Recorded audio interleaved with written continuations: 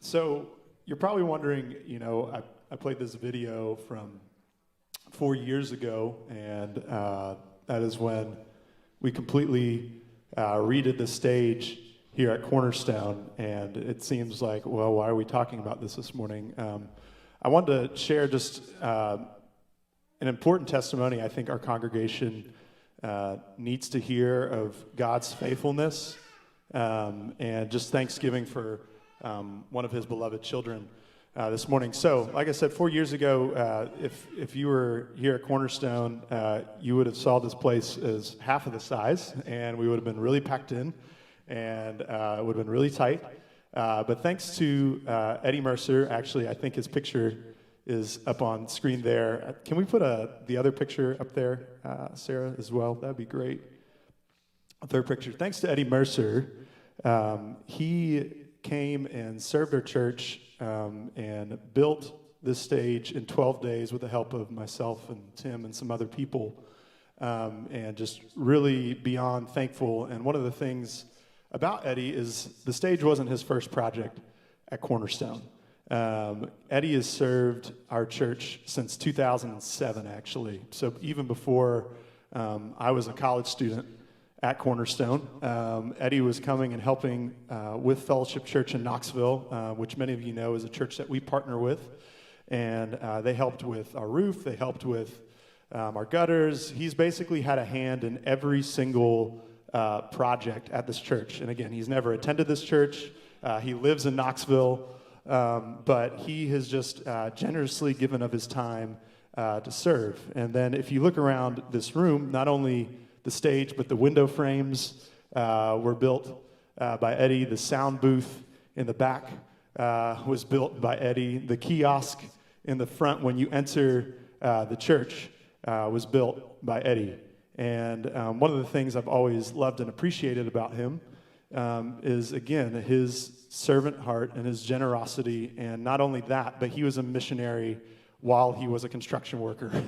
I've never seen someone in my entire life that would just tell who Jesus was as he was doing work, no matter where he went. When we were in Knoxville, Kelsey and I, we worked in college ministry, and he opened up his home to probably 10 to 20 college students a week, and he was basically like a second dad to those students.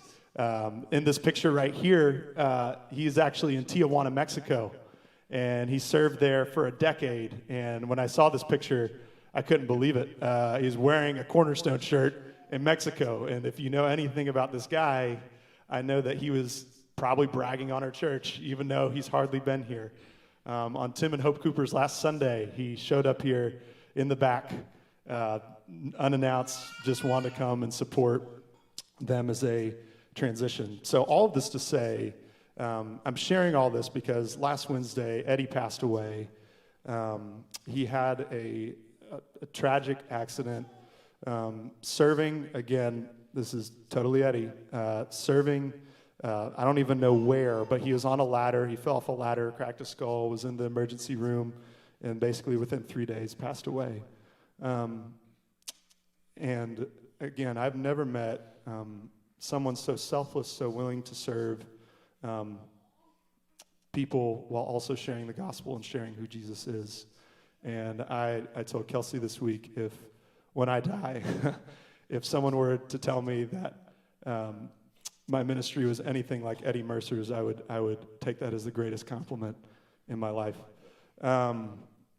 And he's one of these people that even when I didn't even know him when we were working in Knoxville, and anytime I would lead worship, he would come up after and encourage me, but not just with smoke. He wouldn't just say to kind of build me up or to balloon my head with pride, but he would give me genuine words of encouragement.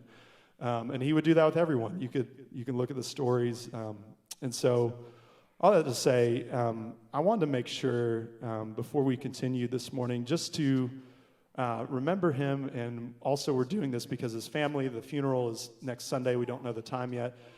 They're wanting to take some videos and clips, and so I wanted to make sure to take some time in our service just to recognize him and thank him for all the service that he's done here. And the last thing I didn't say, so one of the most mind-blowing things, I was talking to Tim Cooper, our former pastor here this week, about Eddie is all the work that he did. So the stage, the sound booth, the frames, the kiosk, he didn't take a dime for it.